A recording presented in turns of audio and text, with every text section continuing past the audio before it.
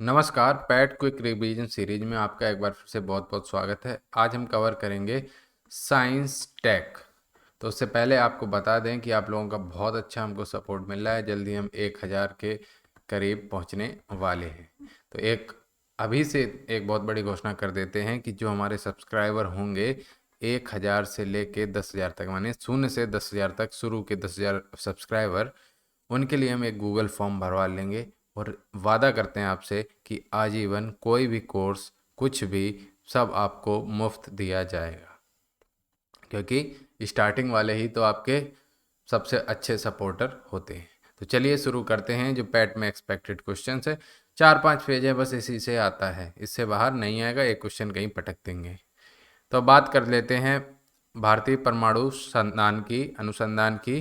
तो भारत सरकार द्वारा कब परमाणु ऊर्जा आयोग की स्थापना की गई? तो क्वेश्चन यही बनता है कि भारत सरकार के द्वारा परमाणु ऊर्जा आयोग की स्थापना कब की गई, ये क्वेश्चन बनता है। तो इसका आंसर होगा सन 1948 ईस्वी में। और उसके अध्यक्ष थे डॉक्टर होमी जहांगीर भाभा, यानी कि डॉक्टर होमी जे भाभा। परमाणु ऊर्जा विभाग प्रधानमंत्री की अध्यक्षता में कार्य करता है, ये भी पूछ लेते हैं, लेकिन इम्पोर्टेंट यही है कि परमाणु ऊर्जा आयोग की स्थापना कब की गई? सन 1948 में। इसके बाद बात करते हैं परमाणु अनुसंधान एवं विकास के मुख्य केंद्रों के बारे में। तो भाभा यानी कि BARC, Bhabha atomic research centre की स्थापना ट्राम्बे, मुंबई में की गई, इम्पोर्टेंट है। और कनाडा के सहयोग से बार्क में साइरस तापी रिएक्टर की स्थापना की गई। ये बहुत क्वेश्चन पीसीएस में खास तौर से आते हैं कि किसके सहयोग से किसकी स्थापना की गई। तो बार्क में साइरस तापी रिएक्टर की स्थापना किसके सहयोग से की गई? तो कनाडा के सहयोग से की गई। इसके बाद बात करते हैं IGCAR, इंदिरा गांधी परमाणु अनुसंधान केंद्र। तो इसकी स्थापना की गई 1971 में कलपक्कम, यानी कि तमिलनाडु में। इसके बाद आगे बात करते हैं IGCAR की। तो इसका काम है फास्ट ब्रीडर रिएक्टर के संबंध में अनुसंधान एवं विकास करना, इसका प्रमुख कार्य है। इसके बाद Kalpakkam mini reactor, Kalpakkam mini reactor को शॉर्ट में कहते हैं कामिनी। कामिनी यानी कि का से याद रखो, कलपक्कम मिनी रिएक्टर कामिनी भी कहा जाता है। कामिनी में होता क्या है? थोरियम यूरेनियम 233 ईंधन चक्र का उपयोग करने वाला विश्व का प्रथम रिएक्टर कौन सा है? कामिनी, क्वेश्चन नंबर 2। इसके बाद बात करते हैं परिवर्तनीय ऊर्जा साइक्लोट्रॉन केंद्र VECC की। तो तारापुर परमाणु विद्युत गृह की स्थापना अमेरिका के सहयोग से की गई है, ये हमको याद रखना है, क्वेश्चन नंबर 3। तारापुर भारत का पहला परमाणु विद्युत संयंत्र है, ये भी याद रखना है। और रावत भाटा परमाणु विद्युत गृह, रावत भाटा जो कि राजस्थान में है, और उसका कनाडा के सहयोग से बनाया गया। ठीक है। तो बार्क में जो साइरस तापी रिएक्टर है वो कनाडा के सहयोग से बनाया गया था, और रावत भाटा परमाणु विद्युत गृह भी कनाडा के सहयोग से बनाया गया था, और तारापुर अमेरिका के सहयोग से बनाया गया था। इसके बाद हम बात करते हैं परमाणु ऊर्जा विभाग की प्रमुख अन्य इकाइयों के बारे में। संस्थान का नाम देख लेते हैं और वो कहाँ स्थित है, इस पे भी क्वेश्चन पूछ लेता है। तो परमाणु खनिज अन्वेषण एवं अनुसंधान निदेशालय हैदराबाद में है, और गुरु जल बोर्ड मुंबई में है। नाभिकीय ईंधन परिसर हैदराबाद में है, और भारतीय यूरेनियम निगम लिमिटेड जादूगोड़ा में है, और भारतीय रेयर अर्थ लिमिटेड मुंबई में है, और भारतीय नाभिकीय ऊर्जा कारपोरेशन लिमिटेड मुंबई में स्थित है। मेन याद रखना है भारतीय खनिज अन्वेषण अनुसंधान निदेशालय हैदराबाद, और गुरु जल बोर्ड बहुत बार आया है।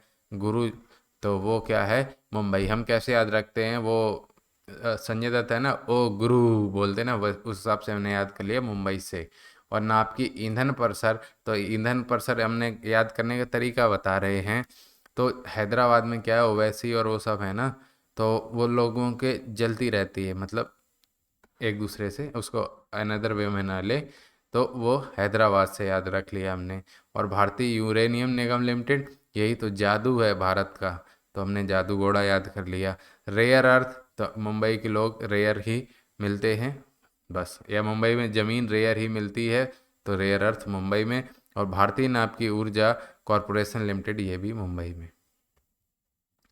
अब बात करते हैं भारत के प्रमुख परमाणु विद्युत गृह और उनकी स्थिति। तो तारापुर है, ये पूछता है, तारापुर महाराष्ट्र, राजस्थान वाला रावत भाटा है, मद्रास यानी चेन्नई तमिलनाडु ये है कलपक्कम, नरोरा उत्तर प्रदेश आपको पता होगा। हट, अबे जाना।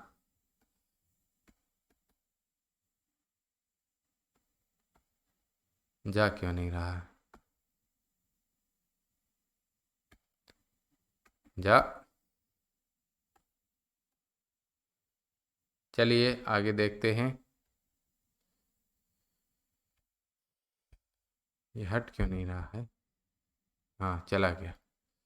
नरोरा परमाणु विद्युत गृह ये बुलंदशहर उत्तर प्रदेश में है। और काकरापारा इम्पोर्टेंट है, ये भी सूरत गुजरात में है। और कैगा, कैगा कई बार पूछा है, कैगा परमाणु विद्युत गृह ये उत्तर कन्नड़ यानी कि कर्नाटक में है, इम्पोर्टेंट। और कुडनकुलम परमाणु विद्युत गृह ये है तिरुनेलवेली यानी कि तमिलनाडु। तो कल्पक्कम और कुडनकुलम ये क्या हैं? तमिलनाडु में। और कैगा कर्नाटक में, काकरापारा सूरत यानी कि गुजरात में, नरोरा बुलंदशहर उत्तर प्रदेश में, मद्रास हो गया कल्पक्कम राजस्थान में, रावत भाटा और तारापुर महाराष्ट्र में, ये हमको पता चल गया। ठीक। अब आगे बात करते हैं परमाणु परमाणु परीक्षण की। तो भारत ने पहला स्वदेशी परीक्षण परमाणु विस्फोट 18 मई 1974 को पोखरण जो कि जैसलमेर यानी कि राजस्थान में किया था। और ये नाम आता है, ये क्वेश्चन है कि इस परीक्षण को क्या नाम दिया गया 1974 वाले को? इसको कहा गया laughing Buddha, smiling, sorry smiling Buddha. Option में लाफिंग बुद्धा भी दे देगा, वो गलत होगा, स्माइलिंग बुद्धा नाम दिया जाएगा। दूसरी बार 11 व 13 मई 1998 को पोखरण में कुल 5 परमाणु परीक्षण किए जिन्हें शक्ति 98 नाम दिया गया। जो पहले था वो स्माइलिंग बुद्धा था 1974 में, और 1998 में शक्ति 98 था, उसमें 5 परमाणु परीक्षण किए गए। इसके बाद बात करते हैं भारतीय रक्षा प्रौद्योगिकी की। तो भारतीय रक्षा प्रौद्योगिकी डीआरडीओ की स्थापना, रक्षा अनुसंधान और विकास संगठन यानी कि डीआरडीओ, इसकी स्थापना सन पूछ लेता है तो 1958 हो गई। अब इसके कुछ बनाए हुए देख लेते हैं। तो पृथ्वी जो मिसाइल है वो जमीन से जमीन पर मार करने वाली बैलिस्टिक मिसाइल है। पृथ्वी वन की मारक क्षमता 150 किलोमीटर और भार क्षमता 1000 किलोग्राम है। और पृथ्वी मिसाइलें द्रव प्रणोदक संचालित हैं यानी कि लिक्विड ईंधन के बाद। दूसरी बात, पृथ्वी है तो जमीन से जमीन ही होगी ना पृथ्वी। उसके बाद धनुष जो है, धनुष ये पृथ्वी टू प्रक्षेपास्त्र का क्या है? नौसेना का रूपांतरण है। और मारक क्षमता क्या है? 350 किलोमीटर। अब आकाश, जैसे नाम से ही आपको लग रहा है कि आकाश चीज हवा में होती है, तो जमीन से हवा में मार करने वाली मध्यम दूरी का प्रक्षेपास्त्र क्या है? आकाश। और पृथ्वी क्या होगी? जमीन से जमीन, नाम से देख लो ना, पृथ्वी माने जमीन, आकाश माने आसमान, तो जमीन से आसमान हो गया आकाश। और आकाश की मारक क्षमता 30 किलोमीटर। अग्नि, अग्नि भी जमीन से जमीन पर मार करने वाली मध्यम दूरी की बैलिस्टिक मिसाइल है। और अग्नि प्रक्षेपास्त्र की 5 श्रेणियां हैं, 1 2 3 4 5, अग्नि 5 आदि। अब तो 6 पे भी काम चल रहा है, काम के चल रहा हो ही गया है। अब आगे देखते हैं नाग। नाग इम्पोर्टेंट है, क्यों? क्योंकि नाग टैंक रोधी निर्देशित प्रक्षेपास्त्र है। इसकी मारक क्षमता 4 किलोमीटर है। यह दागो और भूल जाओ सिद्धांत पर काम करता है, माने एक बार आपने टारगेट सेट कर दिया, उसके बाद टारगेट भले ही अपनी जगह बदले लेकिन ये टारगेट पर ही रहेगा। ठीक है। फायर एंड फॉरगेट, दागो और भूल जाओ थोड़ा गंदा लगता है हिंदी में, फायर एंड फॉरगेट। ठीक है। ब्रह्मोस की बात कर लेते हैं। तो ब्रह्मोस ये ये क्वेश्चन भारत और रूस की संयुक्त परियोजना के तहत विकसित किया गया ब्रह्मोस, और मध्यम दूरी की सुपरसोनिक क्रूज मिसाइल है ये। ब्रह्मोस मध्यम दूरी की सुपरसोनिक क्रूज मिसाइल है। और भारत की नदी ब्रह्मपुत्र, और रूस की कौन सी? मस्कवा के नाम को मिला के ब्रह्मोस बना है। ये पूछ लेते हैं रूस की कौन सी नदी, तो आप आंसर लगाएंगे मस्कवा। इसकी मारक क्षमता पहले 290 किलोमीटर थी, नवीन संस्करण में इसे इतना किया गया, फिर उससे आगे भी बढ़ा दिया गया। और ब्रह्मोस मिसाइल सुपरसोनिक है ही, तो ध्वनि की गति से लगभग 3 गुना अधिक तेजी से चलती है।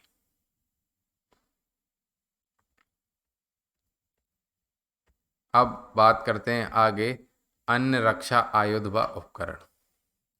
अन्य रक्षा आयुध व उपकरण, जिसमें युद्धक टैंक अर्जुन है। तो अर्जुन का विकास किसने किया? डीआरडीओ ने, और रात के अंधेरे में भी काम कर सकता है, और टैंक की मैक्सिमम स्पीड 70 किलोमीटर प्रति घंटे तक पहुंच सकती है।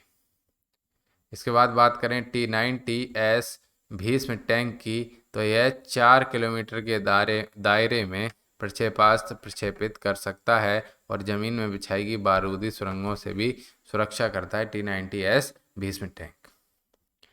तेजस के बारे में पूछ ले किस पीढ़ी का, तो ये 4th जनरेशन का हल्का लड़ाकू विमान है, और इसका विकास किया है HAL ने। ऑप्शन में आपको DRDO देके कंफ्यूज करेगा, लेकिन HAL ने बनाया है तेजस।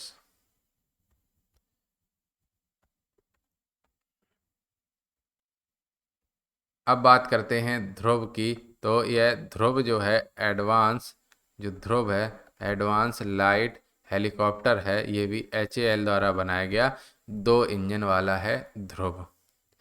पिनाका क्या है? Pinaka multi barrel rocket launcher है। जैसे एक बैरल हो गई, इसमें कई सारे बैरल और इसमें रॉकेट लॉन्चर होते हैं, जिसमें मात्र 44 सेकंड में एक के बाद एक 12 रॉकेट प्रक्षेपित किए जा सकते हैं। बैलिस्टिक मिसाइल के बारे में जान लो, तो बैलिस्टिक मिसाइल हैं वे मिसाइलें हैं जिन्हें प्रक्षेपित करते समय आवश्यक बल तो लगाया जाता है, किंतु भूमि पर स्थित लक्ष्य पर गिरने के लिए उसे गुरुत्वाकर्षण के सहारे छोड़ दिया जाए। जैसे यहाँ से यहाँ तक तो पहुँचा दिया, फिर तो अपने आप ही वो गिरेगी, तो वो क्या कहलाती है? Ballistic missile.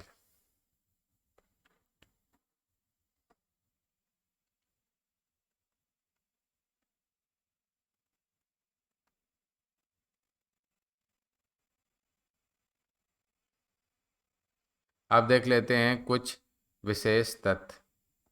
जैसे डॉक्टर APJ अब्दुल कलाम को भारतीय मिसाइल प्रौद्योगिकी का पिता कहा जाता है। APJ अब्दुल कलाम भारत के ऐसे प्रथम राष्ट्रपति हैं जिन्होंने भारतीय वायुसेना के सुखोई फाइटर एयरक्राफ्ट में 30 मिनट की उड़ान भरी थी। और आगे देखते हैं, संयुक्त राज्य अमेरिका यानी कि USA ने 1945 में पहला नाभिकीय विस्फोट किया, और इसका नाम था ट्रिनिटी। आर्यभट्ट भारत के द्वारा छोड़ा गया प्रथम उपग्रह था। और इसके बाद आगे चलते हैं, तो वह विक्रम साराभाई अंतरिक्ष केंद्र की स्थापना थुम्बा गांव, इम्पोर्टेंट है। विक्रम साराभाई अंतरिक्ष केंद्र की स्थापना थुम्बा गांव तिरुवनंतपुरम में इसलिए की गई क्योंकि वह भूचुंबकीय विषुवत रेखा पर स्थित है। अब देख लेते हैं पृथ्वी का घूर्णन, सीधे यही क्वेश्चन आ जाता है, तो पश्चिम से पूर्व की ओर होता है। इस दिशा में घूर्णन का लाभ लेने के लिए कृत्रिम उपग्रहों को पश्चिम दिशा से पूर्व की दिशा में प्रक्षेपण किया जाता है।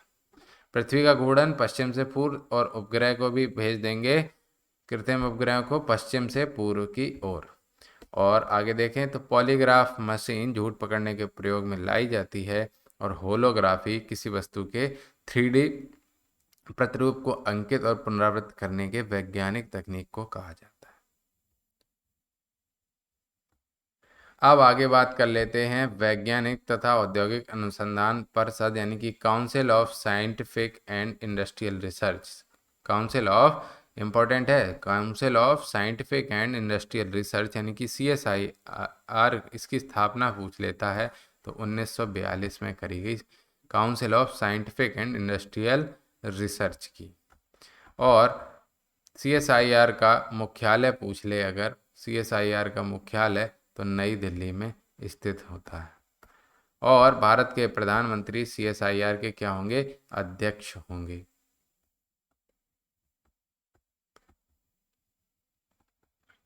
अब बात करते हैं भारतीय अंतरिक्ष कार्यक्रम की। भारतीय अंतरिक्ष कार्यक्रम की, तो वर्ष 1957 में सोवियत संघ के उपग्रह स्पुतनिक 1 के सफल प्रक्षेपण के साथ ही विश्व ने क्या किया? अंतरिक्ष युग में प्रवेश किया। यानी कि पहला उपग्रह स्पुतनिक 1 आया कहाँ से? सोवियत संघ से।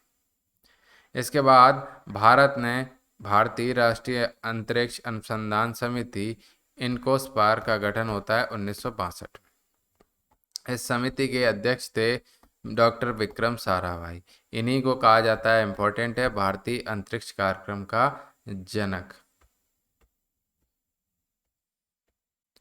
और पुनर्गठन की प्रक्रिया के फलस्वरूप 15 अगस्त 1969 को ISRO यानी कि इसरो की स्थापना होती है। कब? याद रखना, 15 अगस्त था दिन, आज़ादी का 1969 था, इम्पोर्टेंट है। और इसके बाद बात करते हैं विक्रम साराभाई अंतरिक्ष केंद्र। तो एक तो क्वेश्चन यही है, तिरुवनंतपुरम में है। देखो, यह केंद्र रॉकेट अनुसंधान और प्रक्षेपण यान संबंधी विकास परियोजनाओं को संचालित करता है। इसके बाद UR राव उपग्रह केंद्र बेंगलुरु। तो इस केंद्र में उपग्रह योजनाओं के डिजाइन व निर्माण संबंधी कार्य किए जाते हैं। इसके बाद बात करते हैं शार के केंद्र श्रीहरिकोटा में स्थित है। तो शार केंद्र जो श्रीहरिकोटा में स्थित है, इसको बोलते हैं सतीश धवन अंतरिक्ष केंद्र SDSC, और उपग्रहों का प्रक्षेपण इसी केंद्र से किया जाता है। इसके बाद मुख्य नियंत्रण सुविधा हासन में है। तो यह केंद्र कर्नाटक के हासन जिले में स्थित है। यह केंद्र कक्षा में उपग्रह की सभी गतिविधियों की निगरानी एवं नियंत्रण का काम करता है, कर्नाटक के हासन नामक जिले पर। अब प्रमुख भारतीय उपग्रहों की बात कर लेते हैं। तो आर्यभट्ट प्रथम भारतीय उपग्रह है जिसे स्वदेशी तकनीकी से निर्मित किया गया था।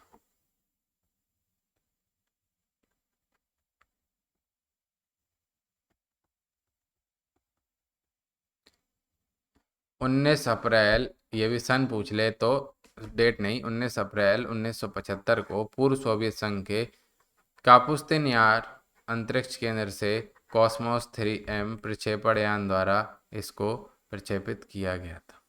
कॉस्मोस 3M प्रक्षेपण यान द्वारा इसको प्रक्षेपित किया गया था। अब बात करते हैं भूतुल्यकालिक उपग्रह, इंग्लिश में याद रखो जियो सिंक्रोनस सैटेलाइट। जियो सिंक्रोनस का मतलब होता है पृथ्वी के साथ सिंक्रोनस हो, यानी कि भूतुल्यकालिक उपग्रह को क्या बोलते हैं? भू स्थिर उपग्रह। और यह उपग्रह एक वृत्ताकार कक्षा में होते हैं। ऊंचाई क्वेश्चन आते हैं 36,000 किलोमीटर की ऊंचाई पर, और 24 घंटे में पृथ्वी की परिक्रमा करते हैं। मतलब जितनी पृथ्वी घूम रही उतनी स्पीड से ये घूम रहे, माने रिलेटिवली ये एक दूसरे के सापेक्ष स्थिर दिखाई देते हैं।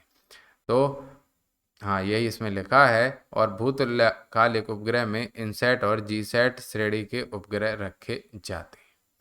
इनसैट और जीसैट श्रेणी के उपग्रह रखे जाते हैं। इसके बाद बात करते हैं कार्टोसैट 1 की। तो भारत का प्रथम सुदूर संवेदी उपग्रह है जो कक्षीय त्रिविमीय प्रतिबिंब प्रदान करने में सक्षम है। और मैटसैट देश का पहला मौसम संबंधी विशिष्ट उपग्रह। एजुसैट एजुकेशन से समर्पित है, दुनिया का पहला उपग्रह एजुसैट। और अब आगे बात करें चंद्रयान 1 की। तो चंद्रयान 1 चंद्रमा के लिए समर्पित भारत का पहला मिशन था, 22 अक्टूबर 2008 को। इम्पोर्टेंट है, ध्रुवीय उपग्रह प्रक्षेपण यानी कि PSLV C11 के द्वारा चंद्रमा की कक्षा हेतु प्रक्षेपित किया गया था।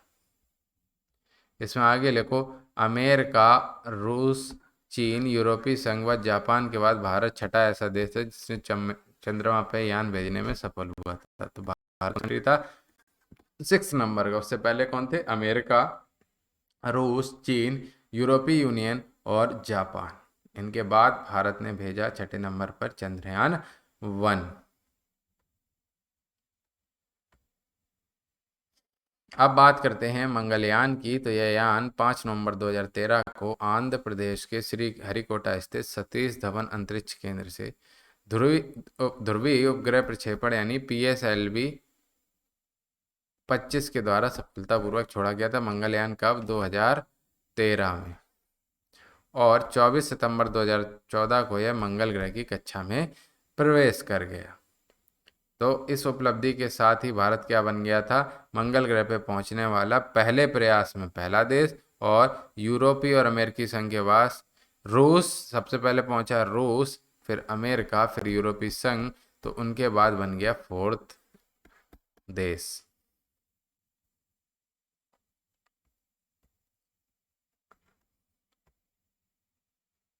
अब बात करते हैं चंद्रयान 2 के बारे में।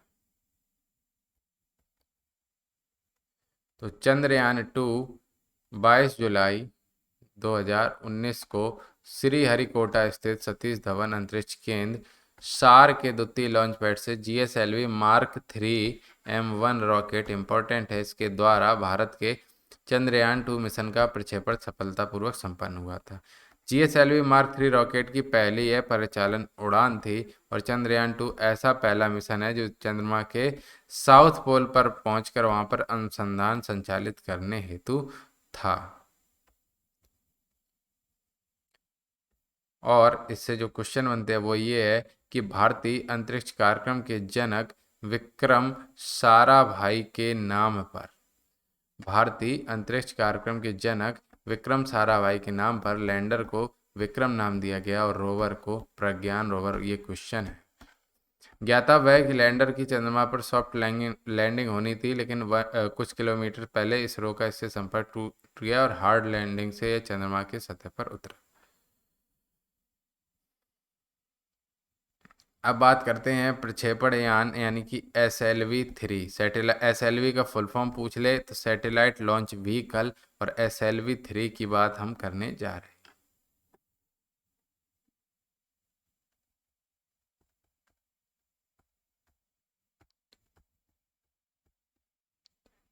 तो 18 जुलाई 1980 को SLV-3 का सफल प्रायोगिक परीक्षण किया गया और 4 चरणों वाला साधारण क्षमता का प्रक्षेपण यान था। कौन? SLV-3।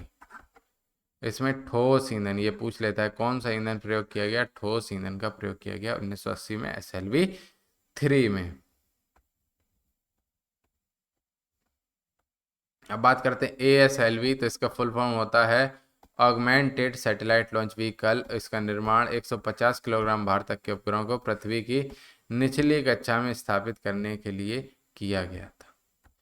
इसके बाद आता है PSLV यानी कि पोलर सैटेलाइट लॉन्च व्हीकल। यह भी 4 चरणों वाला ध्रुवीय उपग्रह प्रक्षेपण यान है। PSLV के प्रथम और तृतीय चरण में, PSLV के याद रखना इंपॉर्टेंट है, पहले तीसरे चरण में ठोस और दूसरे चतुर्थ में द्रव प्रलोतकों को लगाया गया है। पहले तीसरे में ठोस और दूसरे चौथे में द्रव के बारे। अब बात करते हैं GSLV की यानी कि जियो सिंक्रोनस सैटेलाइट लॉन्च व्हीकल। ये भूतकालिक उपग्रह प्रक्षेपण यान है। GSLV 3 चरण वाला उपग्रह प्रक्षेपण यान है। प्रथम चरण में क्या होंगे, देखो सब में प्रथम चरण में ठोस, दूसरे में द्रव और तृतीय में क्या होता है, क्रायोजेनिक। क्रायोजेनिक मतलब निम्न ताप पर वह क्रायोजेनिक इंजन का उपयोग किया गया। तो क्रायोजेनिक तकनीक में निम्न ताप पर प्रणोदक के रूप में द्रव हाइड्रोजन -253 डिग्री सेंटीग्रेड व ऑक्सीजन -183 डिग्री सेंटीग्रेड का उपयोग किया जाता है। तो क्रायोजेनिक से क्वेश्चन आता है कि किसको बोलते हैं, तो भौतिक विज्ञान के संदर्भ में अत्यधिक निम्न तापीय अवस्था में पदार्थों के उत्पादन व व्यवहार को बोलते हैं क्रायोजेनिक्स। क्रायोजेनिक्स।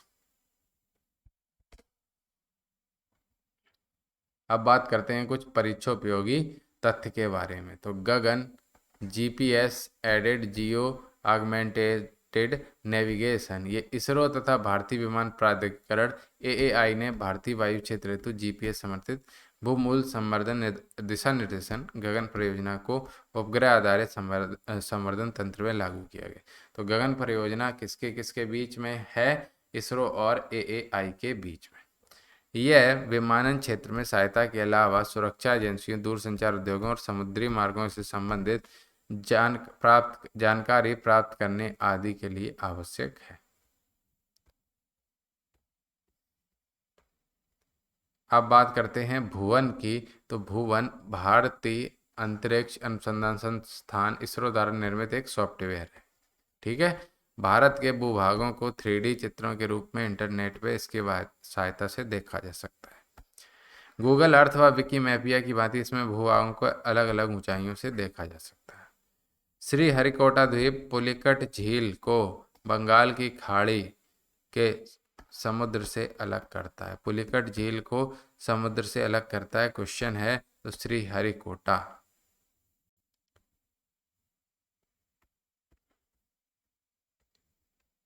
इसके बाद बात करते हैं अमेरिका की स्पेस एजेंसी नासा ने मंगल अन्वेषण हेतु स्पिरिट, अपॉर्चुनिटी, क्यूरोसिटी नामक रोवर मंगल पर भेजे। कैसनी नासा द्वारा शनि एवं उसके उपग्रहों के अध्ययन हेतु, कैसनी याद रखना, कैसनी से शनि, नासा द्वारा शनि और उसके उपग्रहों के अध्ययन हेतु प्रक्षेपित रोबोटिक अंतरिक्ष यान है।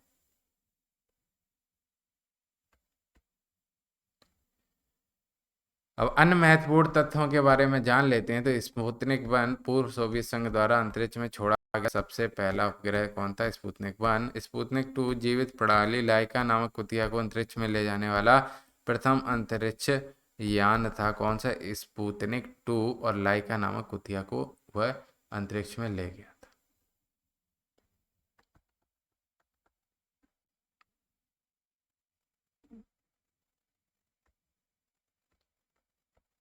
अब आगे बात करते हैं। तो पूर्व सोवियत संघ के यूरी गागरिन ने मानव द्वारा पहली अंतरिक्ष यात्रा करने का कीर्तिमान बनाया था और यूरी गागरिन ने 12 अप्रैल 1961 को पृथ्वी पर एक परिक्रमण वोस्तोक नामक यान से किया था।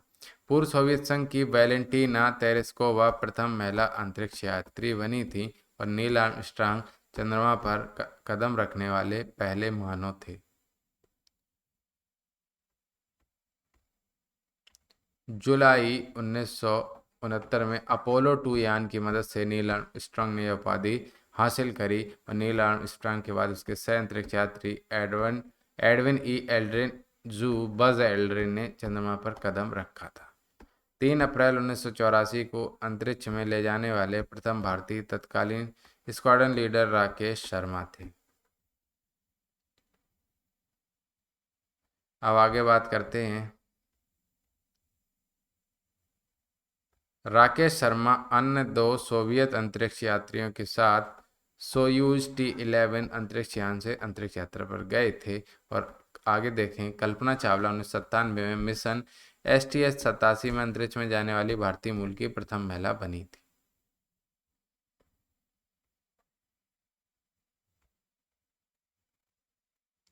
इसके बाद 1 फरवरी 2003 को अंतरिक्ष यान कोलंबिया, जिसको मिशन 86 वातावरण में पुनः प्रवेश करने के दौरान नष्ट हो गया। इस दुर्घटना में कल्पना चावला, जिनका यह दूसरी अंतरिक्ष मिशन था, उनकी मृत्यु हो जाती है। कौन से में? अंतरिक्ष यान कोलंबिया में।